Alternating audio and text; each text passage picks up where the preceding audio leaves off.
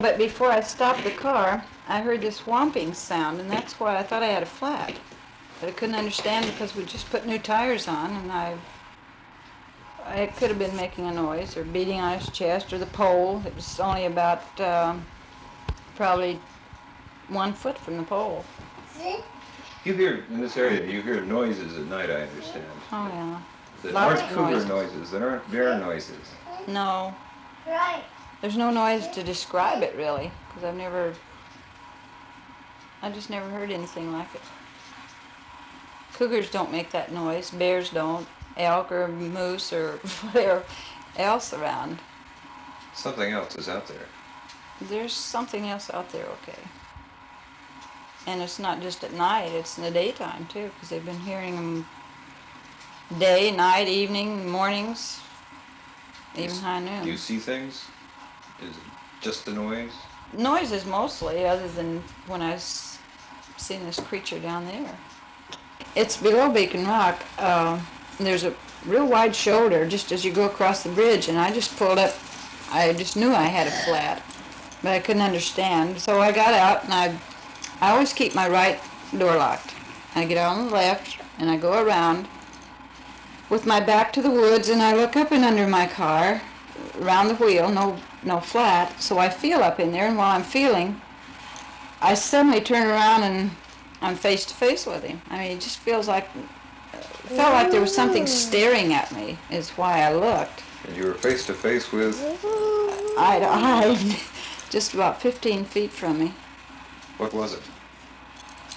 I don't know. As far as I know, I suppose it'd be Bigfoot, but he was the biggest animal I've ever seen.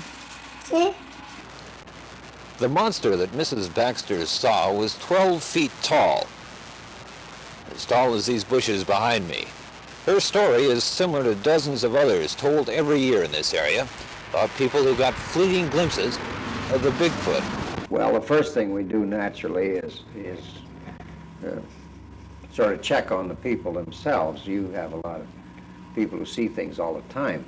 So before we really get serious about one of these reports, we assure ourselves that they're responsible people. And then our second step is to find out what they saw. You've got a lot of experience as a reporter. What's your attitude about Sasquatch? Well, I've been investigating these reports and so on, and it seems to me that there's a preponderance of evidence, and I'm, let's say, 95, 98% that there is such an animal. I want to see one, but I think there is. Sheriff, you don't think that thing is a fake, right? I think not. It has the possibility of being a real footprint. What makes you think that might be a genuine footprint? Well, as we discussed in the locality that this was found, and the area in which we picked this out of was not in a wide open area in which somebody would have free access all the way around, but near this landing site where the trucks drove in was off to the side of the road. If you assume that is a real footprint, that means that somewhere in your county you must have somebody that can make that kind of footprint. That's very possible. Dark brown, with terrible glowing eyes. His head was sort of receded, I suppose that's the word. Big teeth, long hair, I suppose it was 3 or 4 inches long. And big wide shoulders, there was no neck. I mean, it just looked like its head set right in its shoulders. I don't know, I didn't stay around to look at it very long.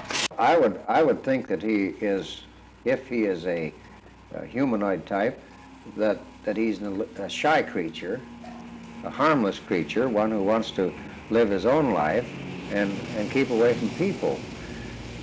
Possibly an understandable attitude. Kind of a likable animal. I would think so. Now, I have never seen it, and I've hunted in the woods for years. But on the other hand, I've never seen a cougar. And I felt, and the Board of County Commissioners felt, that we should protect this animal and also the lives of our local citizens. People coming into the area with guns and shooting at everything that moves, we might have a fatality. I was skeptical to start with from the first report we've got, but after having taken this cast, which seemed to be very authentic to us, Something is out there. we think so. Mr. Lundy, why did you pass the ordinance? What were the reasons you felt it was necessary to have such an ordinance? Well, after the animal was first sighted, we had people coming in from the outside area with high-powered rifles and every means to kill the animal. Now, we had an expedition up here from Florida, and it's a scientific group of people and writers, and they've gone into our back area, and they feel very certain that there is an animal such as this.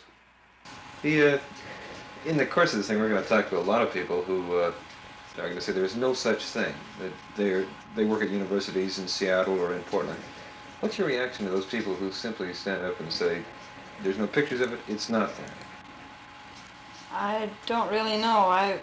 After seeing it, I just can't help but believe there is, and I think they're crazy. They don't have such a broad enough mind about it. There's simply no doubt in your mind there is something there, something. There is something, definitely. But put a name on it, I couldn't.